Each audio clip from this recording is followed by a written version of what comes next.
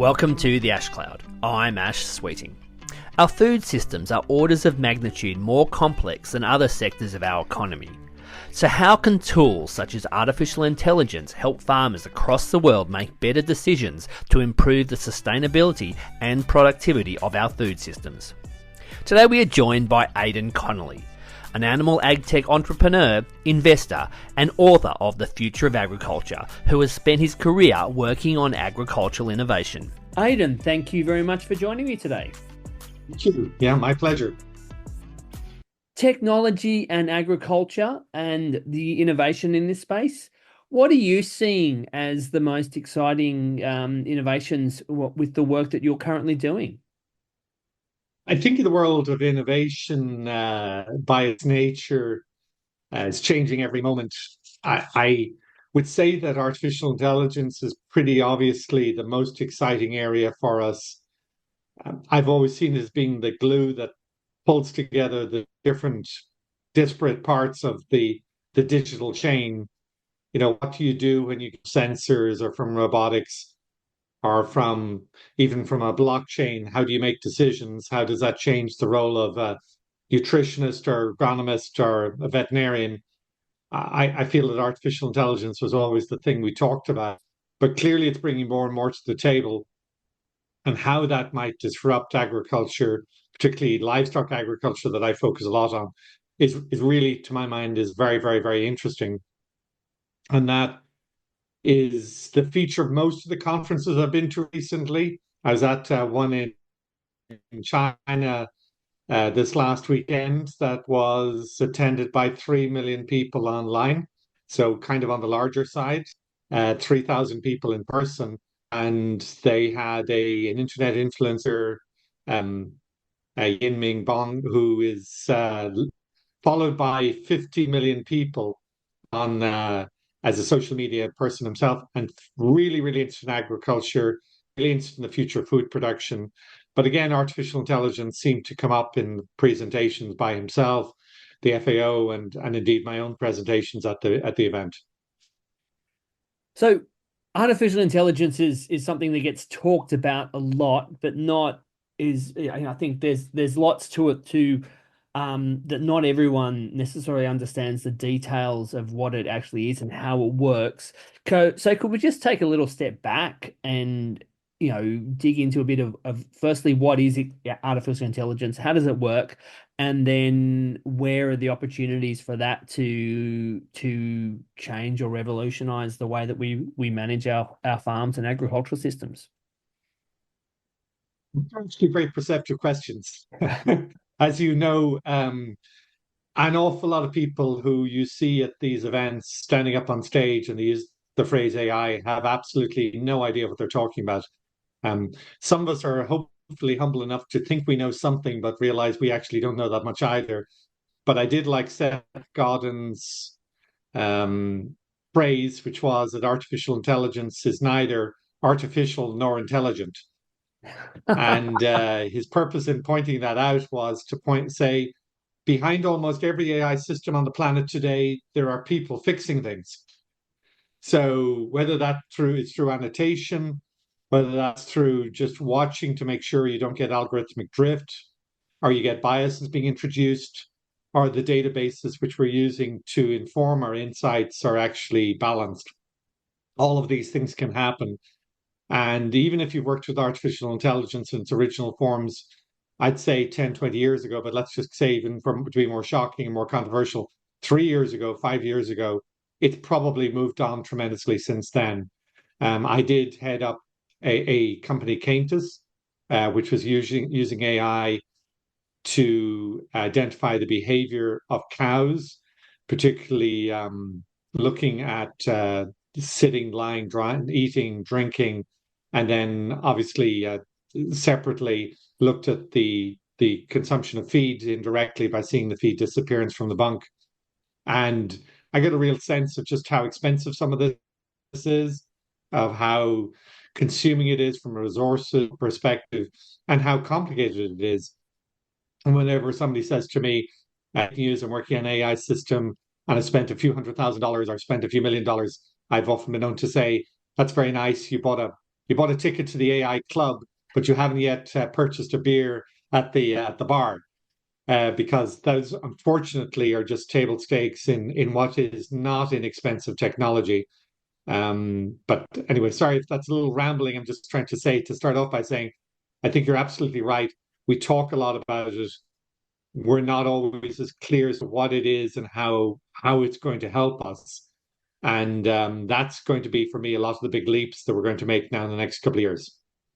So my understanding of AI in the most basic fashion, and please steer me in the right direction when I am not correct in this, is that it's essentially pattern recognition technology. So you have a bunch of data in some data set, which could be the entire internet or it could be something smaller, and you develop algorithms that identify patterns that link different things. So in your case, those patterns would be potentially, the visual and image of that a certain cow links to that cow's identity, or the from the pixels that you're pulling out of those images, you identify things like whether the cow is sitting down or standing up or eating, or those sorts of things. And then the algorithms generate correlations, which will have various different levels of accuracy between um, these patterns that they're identifying. And there can be causation with some of those things, and there can be just random correlations as well. So that goes back to the accuracy side of things. Is that a very basic understanding of what AI is, or am I way off the mark? I like that, and I think that's how I would reason it as well. And I think you've picked out one of the key challenges when it comes to agriculture, which is it causation or is it correlation? We are currently seeing a number of startups that analyze the sounds that animals make, and from that come to some fairly strong conclusions about the prevalence of disease or stress or well-being of the animal, but we're not actually fully sure whether those things are really correlated or not. Quite often, I mean, the fact that a pig is unhappy, is it unhappy because it's hungry? Is it unhappy because it's seen a rodent? Is it unhappy because it was tail was bitten by another pig? Or is it unhappy because it's got African swine fever? Sometimes I see these things in presentations, I'm sure you do as well, from companies who've got great ideas but don't practically understand how unlikely it is to be able to predict specific diseases from very indirect factors. And yet that's where we are today.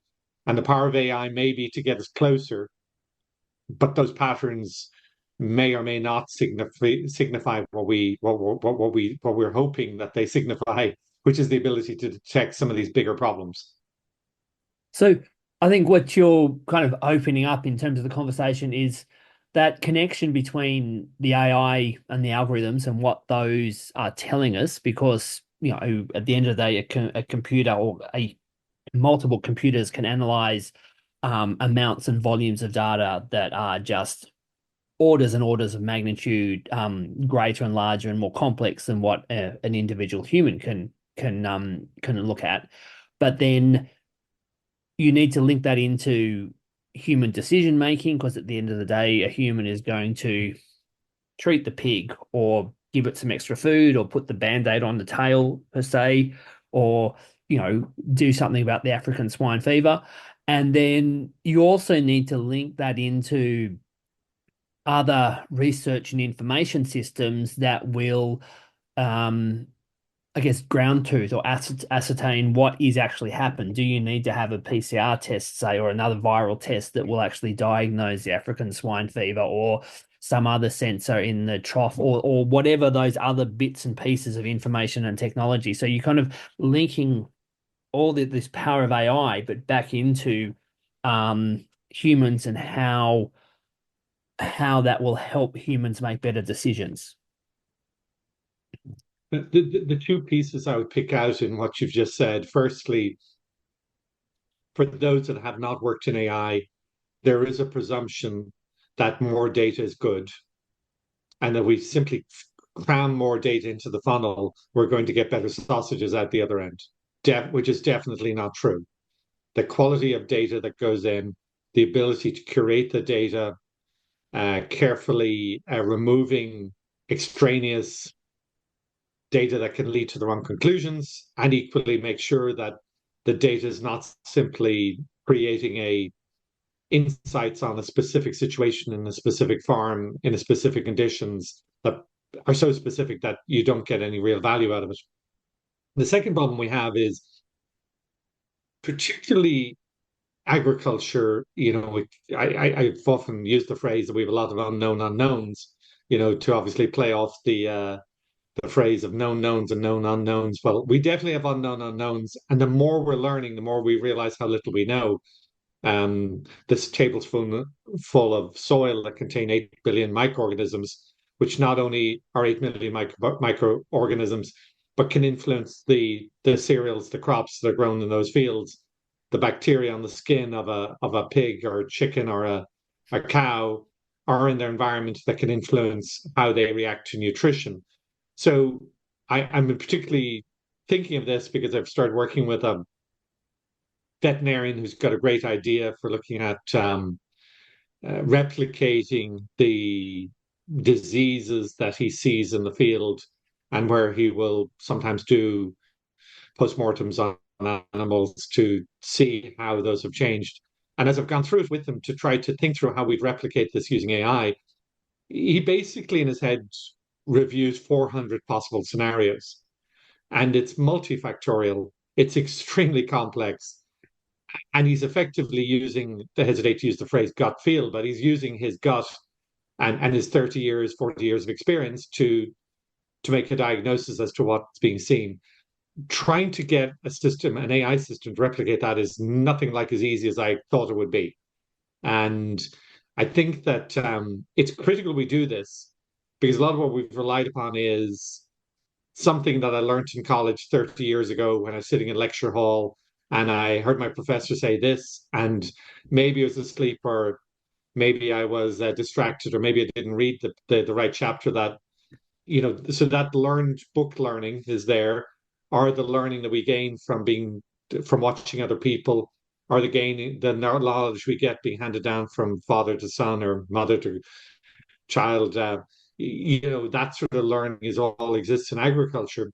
That's not going to be effectively what we need to do in the future. So the promise of AI is obviously to make better decisions than humans make, with less errors, with less mistakes due to omission or commission, and equally the ability to just not get fatigued, to continue to make those decisions better and better over time.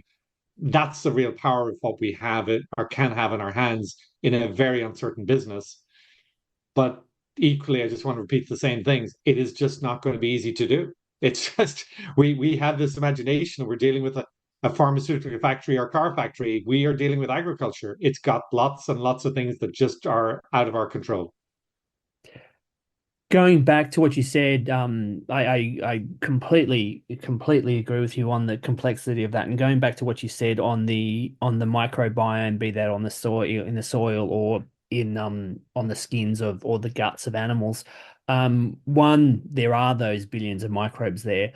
The other side of it is, our current knowledge of microbiology is that we actually don't even know what a lot of them are.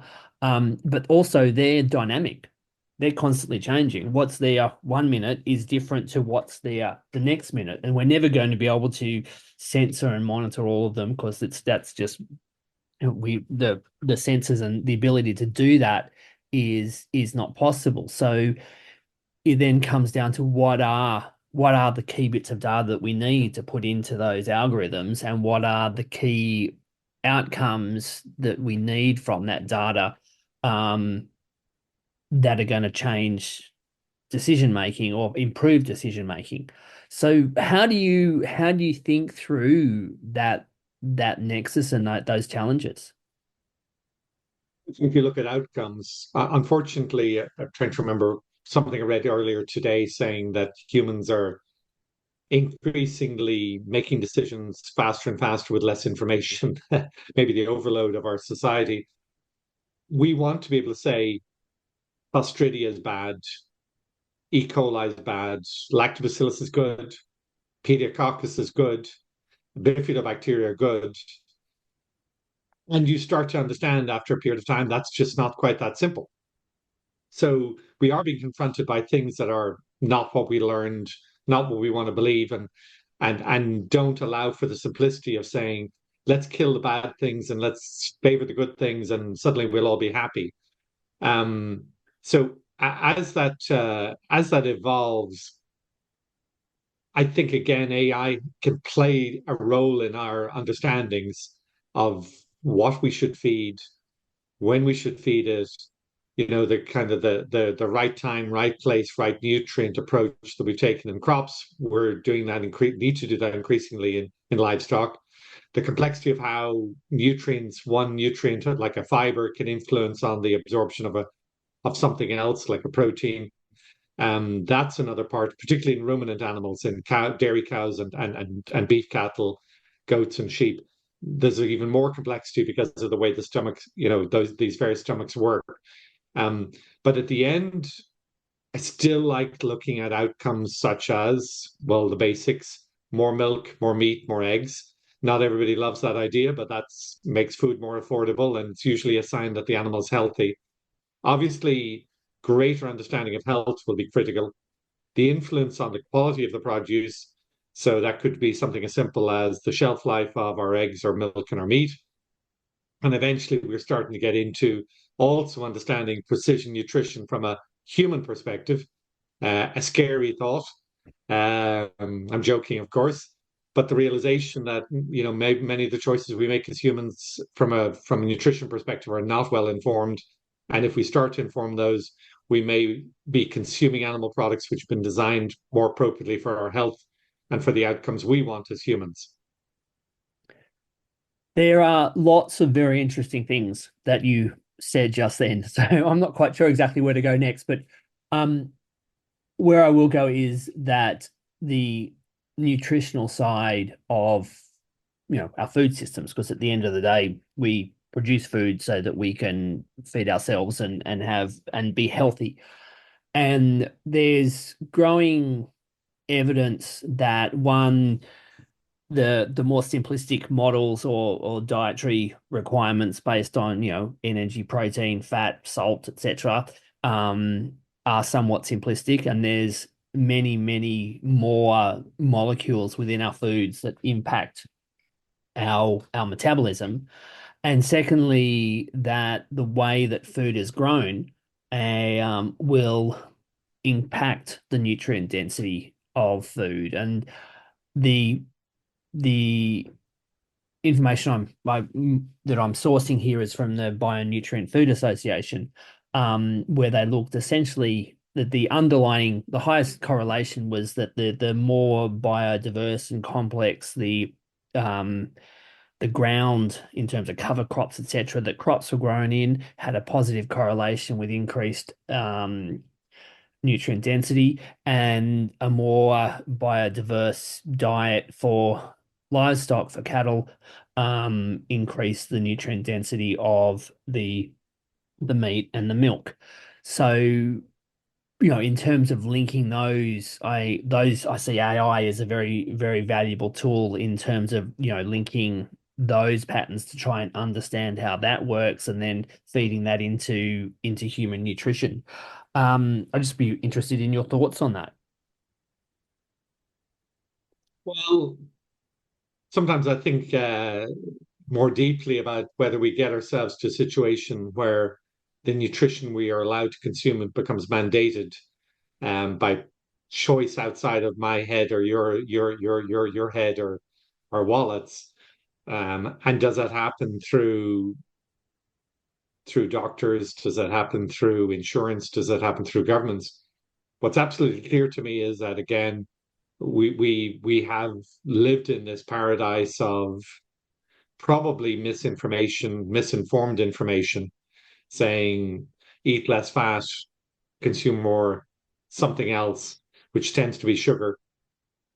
um, et cetera, et cetera, which probably have led to some of the outcomes in the fact that the average American lifespan has declined over the last 3 years is pretty shocking.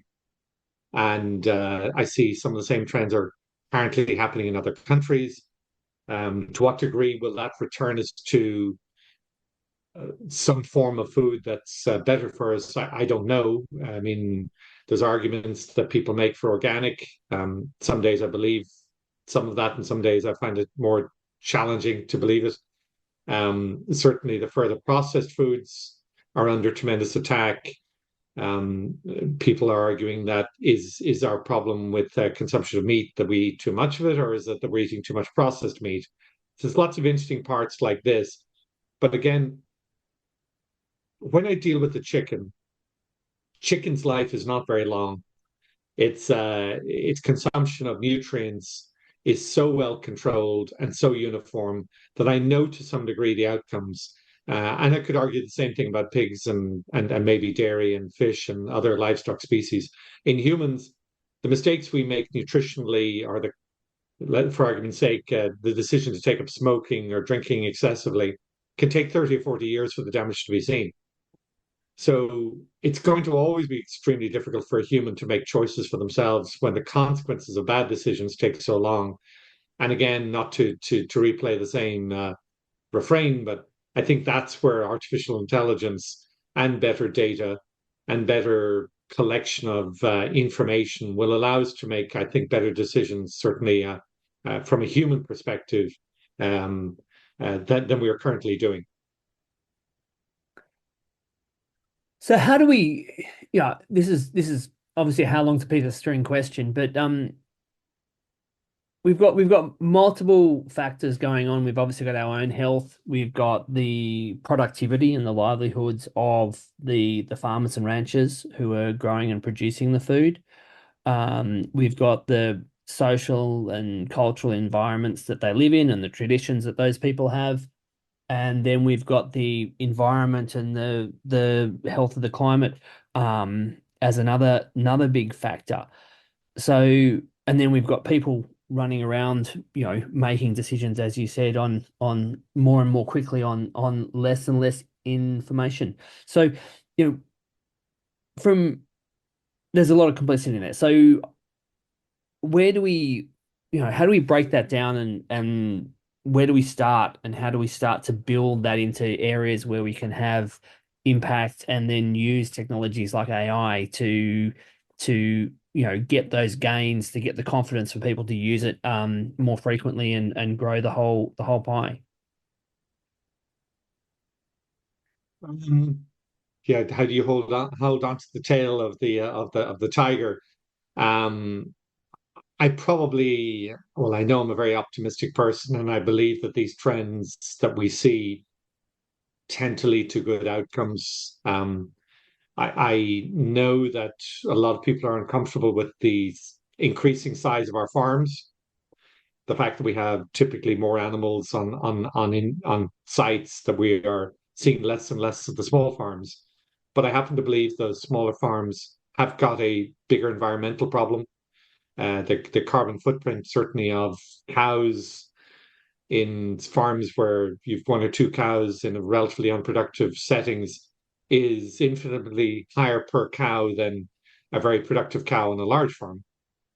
It could make the same argument certainly that chickens in a environmentally controlled house, being fed properly, being watered properly, given drinking water properly, with good quality litter, is much more likely to happen on a large productive farm than it is on a small farm.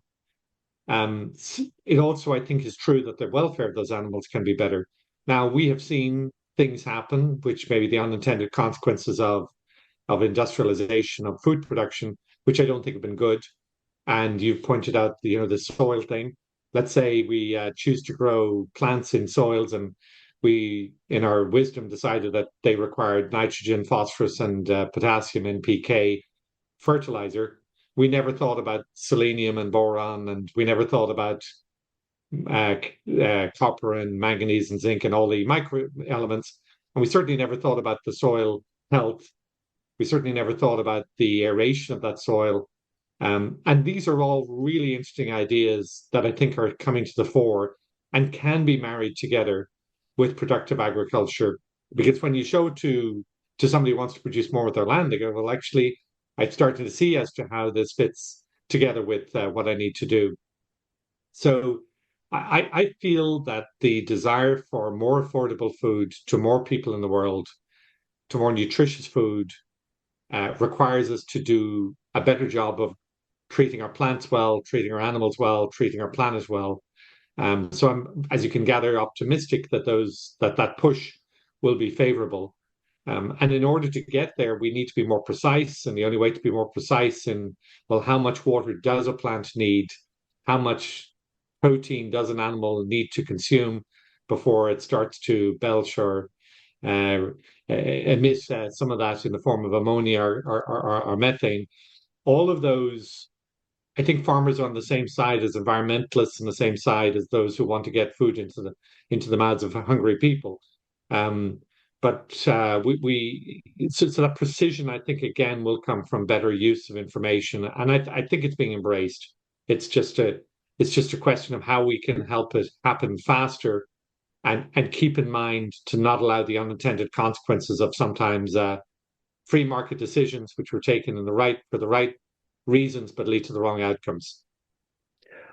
As you said earlier, you've recently, or just the other day, last this week, you've been in China. You travel quite extensively, and who do you see, both from countries or regions, and also in terms of individuals, be that companies or researchers, who are leading the field in this space? Mm, I'm not going to give you names because I don't think that would be appropriate. I'd give you countries. I would say I'm really impressed with Israel. Um, I'm not sure they have a plan, but they achieve extraordinary things because of the way that you meet 12 and 13-year-old Israelis and you ask them what they want to do when they grow up, and they say run a startup. Um, they're not looking to work for a bank, and they're not looking to work for a you know an IT or AI superpower from the beginning of their lives. They're quite open to the idea of them starting their own business and embracing technology that way. I'm very impressed with the connectivity and route to route to branch, I'd call it, top to bottom approach of the Netherlands and of New Zealand in particular. My own country, Ireland, has done okay, but I've been on the record saying I think they could do better. United States is a little all over the place, which is the nature of a very large country with so much innovation going on. I don't see the hubs as clearly as they could be.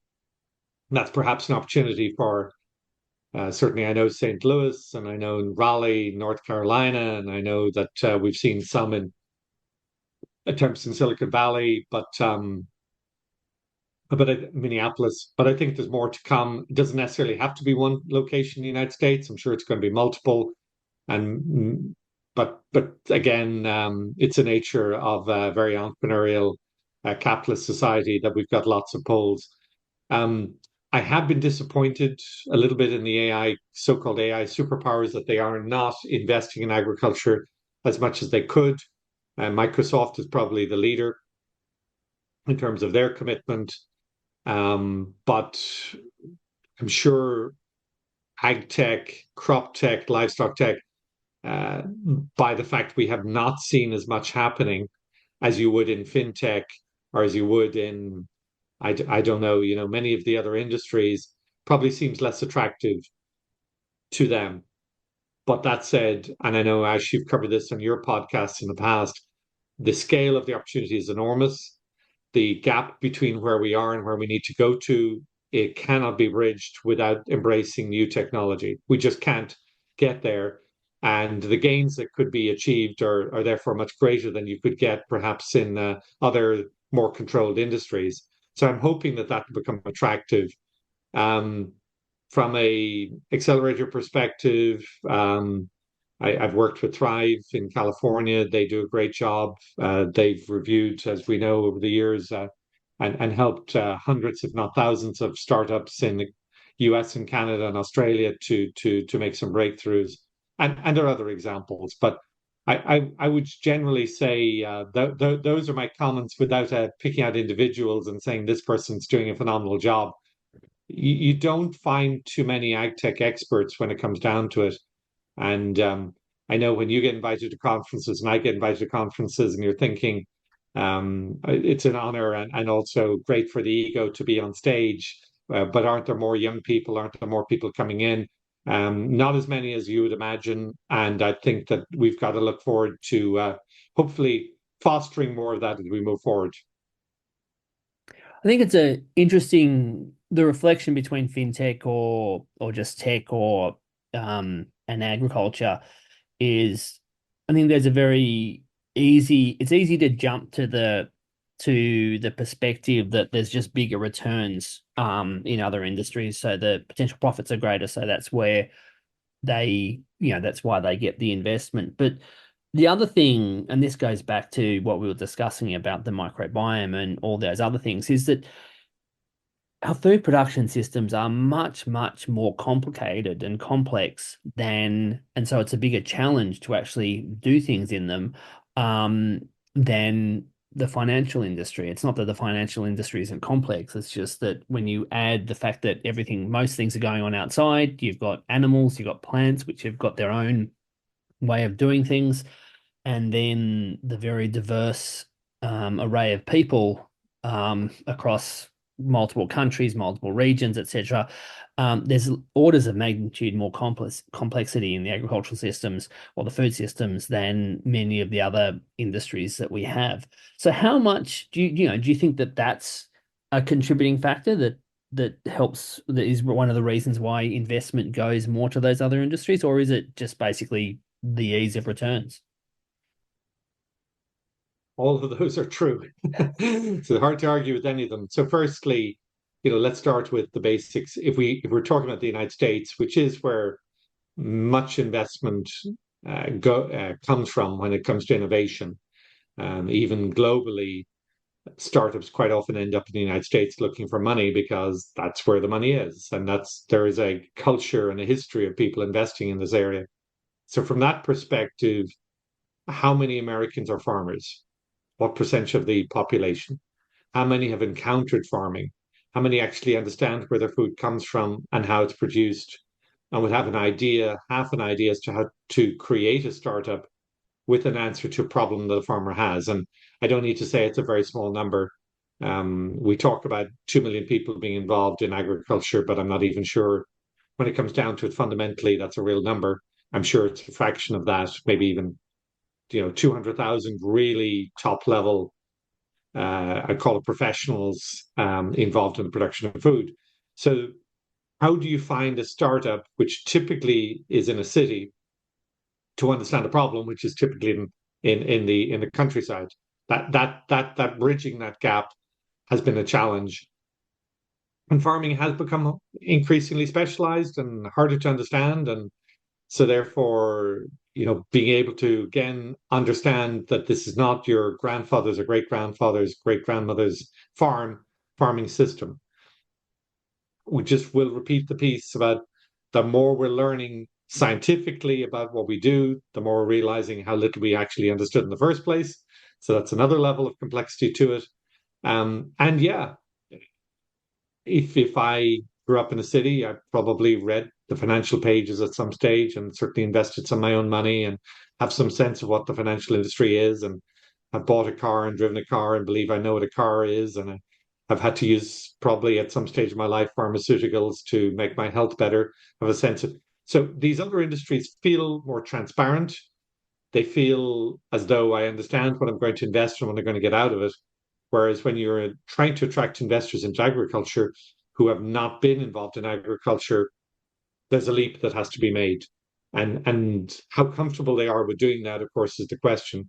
We have the opportunity to tell a better story. I'm involved with, for example, Harp, company out of North Carolina that's got a natural alternative to Roundup the way it's being positioned, the way we positioned it is to not replace, but to be used in conjunction with to solve maybe some of the issues that we see with herbicides when we use them and how we use them. But nonetheless, most of the technology is not as transparent, not as understandable to the average person in the public, and that obviously brings its own challenges when we're looking for money to invest. Increasingly, with guests on the podcast, the urban rural divide um, is raised as an issue that is impeding both progress on farms, but also the flow of money back to the research. In so many ways, it's becoming a challenge. And I guess when you think of using technology or innovation to solve our agricultural and food production problems, and I'm very guilty of this as well. I jump into precision feeding or understanding the science or building the markets. It's not so much about how do you connect the different parts of a society to overcome some of those potential political or cultural hurdles. Do you think do you think there's an opportunity to sort of use technology in some of those other ways to try and, one, encouraging more younger people, which we need, because, the other thing about the farming community that or farmers, whether it's here in the United States or elsewhere, is they're a ever continually aging group of individuals. So we need young people no matter what's becoming in. But do we need to broaden our focus in terms of where technology could come in and focus on things like attracting young people and that urban rural divide, as well as the precision and productivity side of things? It's like you're leading the witness here, because I'm going to agree with you. But of course, if we could develop better visual tools, for argument's sake, some form of virtual reality to allow people to see what we do, if we could gamify it, make it more attractive for people to learn about the production of food through through having fun through games. If we could do a better job of communicating through, I've been shocked to read some recent statistics on how children are being taught, how the requirement to be able to read a book from beginning to end is no longer apparently a part of a necessary part of an education process. You expect younger students now to read chapters, not books, and increasingly, even there, it's all been summarized into shorter and shorter sound bites or bite-sized parts that they can consume very quickly. But that is the nature of society. We're all, if we're not in Twitter, not in X, we're in some form. We're communicating in shorter forms. I was one time brought up short by somebody who said, well, you talk all about the problem of agriculture, but there are lots of other industries out there that are also feeling vilified and feel as though they're misunderstood. And he went through the car industry, the coal industry, tobacco, pharmaceuticals. Not sure I want to be in the category with all of them, but there you go. That's that's the nature. But yeah, there's an opportunity if we change the way we communicate. However, we need to be clear. Most of the time, we don't change. Most of the time, you go to an agricultural conference and you hear the same conversations in the same ways. I was leading a panel in Amsterdam there 10 days ago on antimicrobial resistance in animals. And it was just going to be too easy to talk about how nobody understands us, how we really use antibiotics for the right reasons, and it's to keep animals healthy and alive and happy. And but nobody outside of livestock understands this. What is the purpose of that conversation? That's just insiders speaking to insiders. If you don't learn how to communicate to people who don't come across these questions on a daily basis, and the complexities of those are every bit as great as everything we've spoken about, then we're never going to bridge that gap. So it is partially using the modern media, the modern communication tools that we have at disposition, and doing so in a way that is smart. But we also have to be clear. The purpose of this is not to convince other people in agriculture that we're doing the right thing. And a lot of the times I attend meetings where that's what I feel we're doing. We're just patting ourselves on the back or woe is me, commiserating with each other that nobody else understands. That is not going to move the needle at all. We have to learn how to change the way we speak such that people outside can understand what we do, why we do it. And if we're doing the wrong things, we have to change those as well. I was recently listening to a BBC food program podcast, and it said that something like about 80% of the food that's produced is actually consumed within cities. So cities are, in some ways, or in many ways, they're the actual drivers of our food system because that's where the demand comes from, that's where the quality signals comes from, and that's also where the price signals are coming from. And more, there's sustainability and health signals coming from the city. There's a lot of people who still will buy on price, but given that the cities are driving the food systems through those signals, and this is something else and given the fact that the farmers are frequently feel increasingly squeezed between the costs of production, their profit margins, and increased regulatory or environmental or other requirements.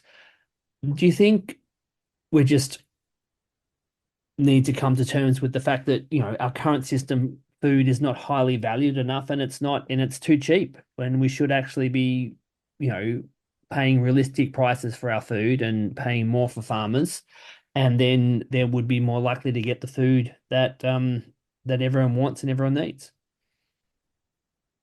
Absolutely. We've seen the cost of food in the United States is well below 10%. I think it's 8% of our income we spend on food, accepting that there are certain segments of society which are paying an awful lot more than that. But the number is very, very small. And that includes eating outside the home. So the spend on food at home is probably something of the order of 3%, 3.5%, and maybe 4.5% outside of the home. So it's 8% total. These are extraordinarily low numbers. And are consumers willing to pay more for food? We already know the answer is no.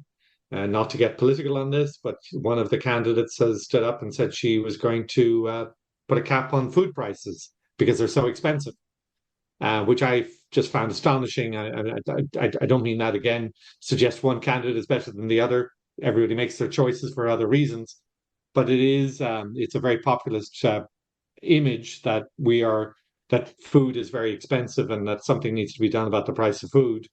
I would argue a little bit along the lines you did.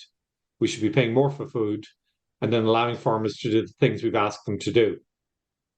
The sustainability requirements, the measurement of carbon in the soils, the capturing of that carbon, some of the things we want to do with respect to making farming better. All of those are going to require extra investments by somebody. And what we've discovered historically is they don't come from food companies. They don't come from food retailers. They don't come from the government. They can't come from, inevitably, it's a farmer that has to make that investment. How do you do that when you're trading on razor thin margins, maybe even below razor thin? It's extremely difficult. I was at a conference in Spain. Somebody in Europe was speaking about this and saying, if we want to make changes, we have to learn how to pay a higher price for our food. We have to learn how to pay farmers more because that's the best way to change what we want to change. But it's also true, people in cities are quite ignorant and don't necessarily even want to know entirely where and what was done. And I don't know how you change that, or do you want to change that because you're confronting people with things with truths that they don't want to know, and when they do know them, doesn't necessarily make them happier or more willing to pay more for it. I was speaking to a Kansas cattleman earlier this year, and he was talking about the percentage of beef across the US that's graded as the highest quality standard, and that had gone from something like 30 odd percent 20 or 30 years ago up over two-thirds or up over 60 or 70% today. And the only signal that drove that change was that the market was prepared to pay a premium for better quality beef. And it shows that if those signals, and they're not, market signals are not particularly complex, come through, that farmers will and ranchers will change their behavior. Um, so, and there's other examples out there similar that show the same thing, that farmers will change their behavior due to those price signals. Absolutely. But a grocery store also knows if they frontline a great price on milk, eggs, or beef, they will drive customers in the door. And as a result, we get to be the loss leader in some of those behaviors. And then there's other foods that I don't know, I'll pick out salmon or avocados or whatever, where they are not price sensitive and where they will walk through the door and pay a higher price. So the grocery store figures out how that all works and where to put those low priced items to drive to make you walk through loads of aisles to get to them. So for better or worse, that's where we are. And how we become the Eggland's best, to use an example of somebody who's revolutionized the egg business, or Horizon in the dairy business, or where you create chicken meat or pork, which can be sold for a higher value. Um, that is the key to unlocking a lot of this extra value, and that probably also requires us to bring in a level of transparency to explain what better things we're doing and how we're going to make sure we continue doing them. Yeah, it's not a simple task, but it's certainly a worthwhile one in my view. We've drifted off the technology focus slightly. So Going to happen. You were never going to stay on task on this one, but I'm glad you're going. I'm glad you're bringing us both back. so I think one of the questions I'd want to ask you is that, farming systems, and it's a very arbitrary divide because everywhere's got its nuances. But in terms of technology development for the global north and the global south, how do you see the balance of fitting into the different environments and socioeconomic and cultural environments? Tend to be a glass half full type of person, as you've heard. So I think in the case of Africa, we have seen innovation taking place. I was in Kenya, I guess about 4 months ago. Wasn't as enthused by the actual progress. In other words, a lot of things have started. Some of them, maybe more than should be, have been backed by outside agencies. Um, so you get the feeling that maybe the startups are chasing prizes and they're chasing grants rather than chasing market. That would concern me. But I saw some really interesting apps for example, for backyard chicken production, where you can record on your phone, where you can get videos to teach you, where you can do some trading, get paid, where you can order, where when you have a disease or a problem, you can put in your data and it can tell you, well, you should consider, feeding more protein, or that you might have some disease that you probably need to visit a veterinarian. So that's really simple, relatively cheap to develop, extraordinarily valuable for smallholders in Africa. In Brazil, obviously, always the converse. Food production is on a large scale.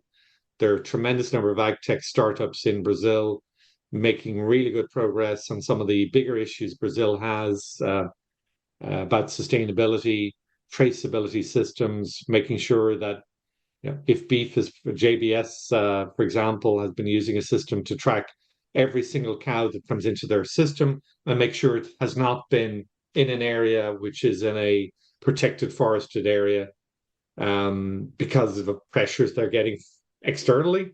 But nonetheless, the system itself is extremely impressive. And we see the same thing being done in soybeans and corn and satellite data being combined with information from the ground. So the global south is not being left behind in this. I think the ability to leapfrog, to take a technology and to avoid going through all of the ways in which Europe, the West, the United States evolved to be able to make that leap is tremendously exciting. I saw an awful lot of technology in China. Most of this technology is not coming out of China at the moment, tends to be staying in China, but it's pretty advanced. What I saw for dairy cows in particular, pigs and poultry a little bit further back, and they're extremely advanced, as you know, the use of satellites and drones for crops such as cotton, precision application of disease control, fertilizer, irrigation, every aspect of it. So I would hope that we'll go back to more of a global environment when it comes to this technology. But at the moment, China is forging ahead in technology for China. That is wonderful to hear. Is there any is there any particular example out of all the different things you've seen that excites you more than anything else?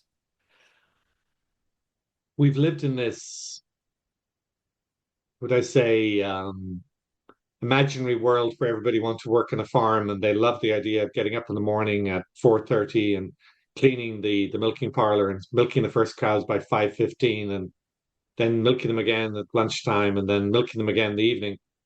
And we have discovered surprisingly that that's getting harder and harder to sell as a vision to young people.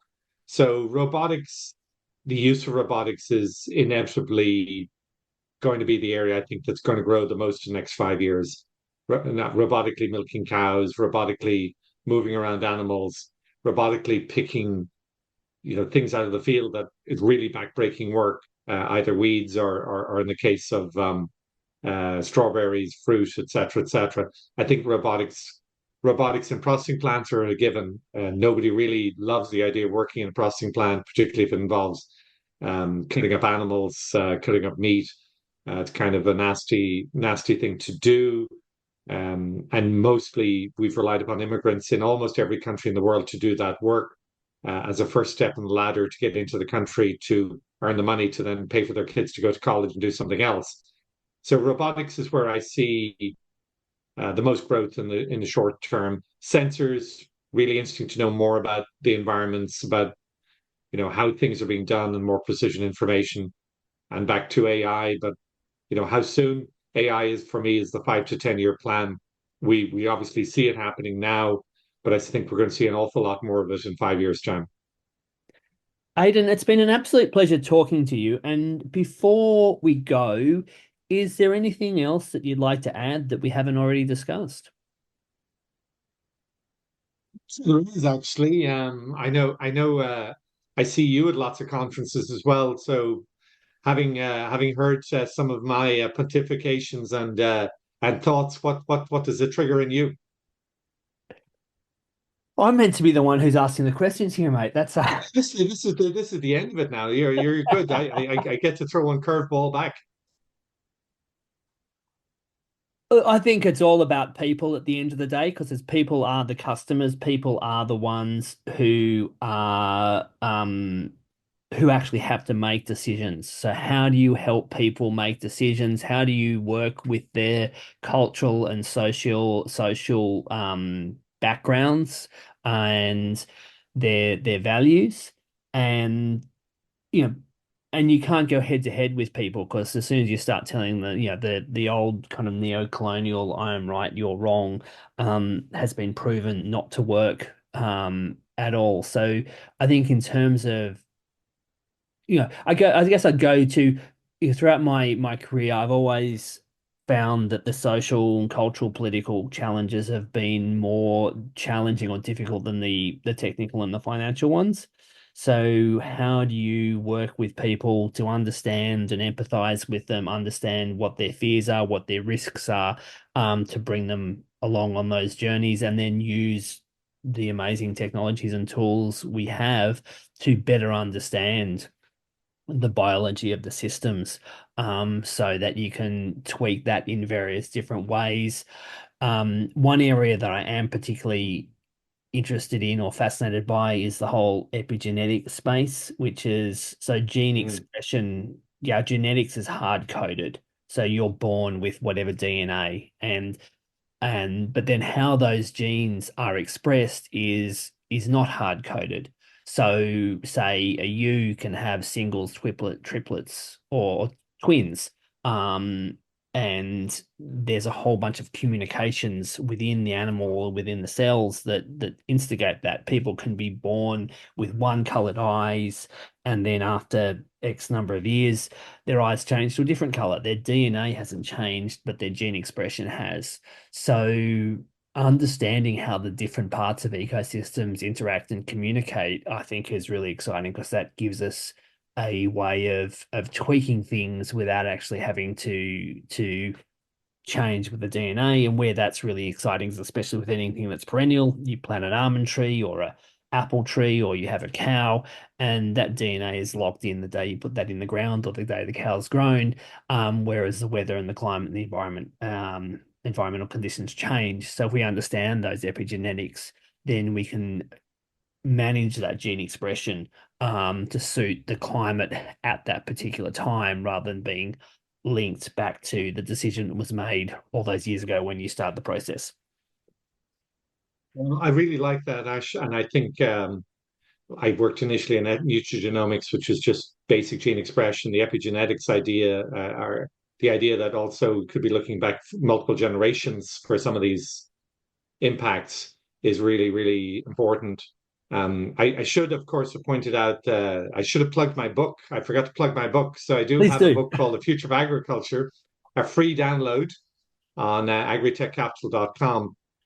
But the part that I didn't, and this is pointed out to me, I started working with Kincannon Reed, an executive search group, and they pointed out to me I hadn't written enough about people. And it's absolutely true. All of what we've talked about today is going to change the people we need in agriculture, change the people we should be hiring, to change the people, how people should be trained, what information, what knowledge they have when they come in. That's going to be another massive piece. It's not going to be always traditional skills. In fact, it shouldn't be traditional skills, and certainly should be people from much more varied, diverse background. That's going to be a critical part of making sure that these innovations are sticky, that they're accepted, and that we make the progress that we're talking about today. Aidan, it's been a pleasure talking to you. Thank you very much for joining me. Thanks, Ash. Appreciate it. Look forward to seeing you at the next meeting. You've been listening to the Ash Cloud with me, Ash Sweeting, in conversation with Aidan Connolly. If you've enjoyed listening to this conversation, please subscribe to Ash Cloud, where we'll be continuing to discuss the environmental, food security, social, cultural, and political challenges facing our food systems.